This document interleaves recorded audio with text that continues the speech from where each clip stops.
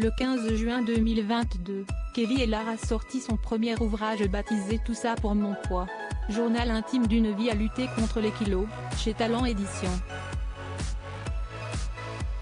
Un livre dans lequel elle revient notamment sur sa lutte pour perdre du poids qui l'a notamment conduite à consommer de la drogue ou à avoir recours à la chirurgie esthétique. Durant tout son combat, elle a pu compter sur un soutien de taille, celui de son mari Neymar, Salim de son vrai nom. Un homme avec lequel elle a un très beau projet comme elle l'a confié à l'occasion d'une interview pour Pure People. Comment ce projet est-il né? Ça fait pas mal de temps que je voulais écrire un livre pour faire de la prévention sur les bêtises que j'ai faites, la télé-réalité et d'autres sujets. J'ai eu le déclic un soir, devant une famille en or. La question était quel est le métier préféré des enfants? Et la réponse était youtubeur. J'étais choquée car même si c'est un beau métier, certains ne s'en sortent pas. Si ça ne marche pas, que vont-ils faire? Je me suis dit que si demain tout s'arrêtait pour moi, ça allait être compliqué. Pourtant, j'ai un BTS, j'ai été directrice de magasin.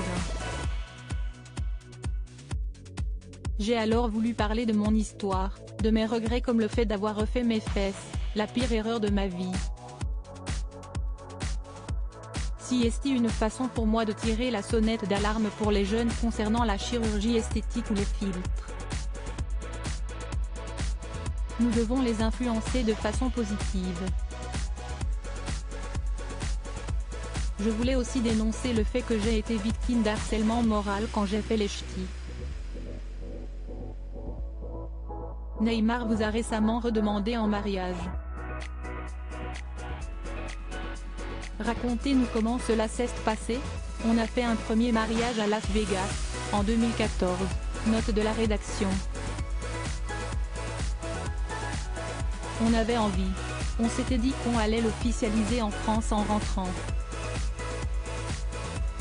Mais on est parti en voyage de noces et je suis tombée enceinte. Comme j'avais perdu l'un de mes jumeaux, on n'avait pas trop la tête à ça et ensuite il était trop tard pour l'officialiser. Et nous avons réalisé que nous n'étions même pas paxés donc on va se paxer. Nous sommes propriétaires, si est une façon de protéger nos enfants. Si est aussi pour célébrer de nouveau notre amour aussi. On va faire un mariage religieux pour septembre ou octobre, on sera peut-être 10 car nous ne sommes pas très grosses fêtes. Ce ne sera pas filmé, mais le Pax si, pour maman et ses lèvres. Vous parlez de vos proches dans le livre et leur donnez parfois la parole. On apprend notamment que vous n'êtes plus en contact avec votre papa. Que s'est-il passé? À l'époque, je ne m'entendais pas forcément avec ma belle-mère. Pour moi, elle avait pris la place de ma maman. Ensuite, il s'est passé certaines choses avec sa famille qui ont été très compliquées. Un jour, j'ai dit à mon père que je voulais continuer de le voir mais sans ma belle-mère. Il a refusé en me disant qu'il fallait que j'accepte sa femme. J'ai donc arrêté de le voir. J'avais 16 ans à l'époque. Mon père l'a très mal vécu.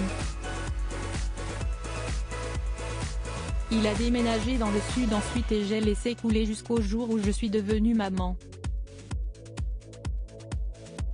J'ai compris que c'était normal qu'il défende sa femme. On a repris contact il y a 3 ans, au tout début de Maman et ses lèvres. Ça faisait 10 ans que je ne l'avais pas vu. Aujourd'hui, je sais qu'il a fait plusieurs crises cardiaques et que ma belle-mère a été là pour lui. Il faut savoir pardonner, elle a bien pris soin de lui et aujourd'hui on s'entend très bien. Je suis heureuse d'avoir retrouvé mon père. Contenu exclusif ne pouvant être repris sans la mention de Pure People. Com.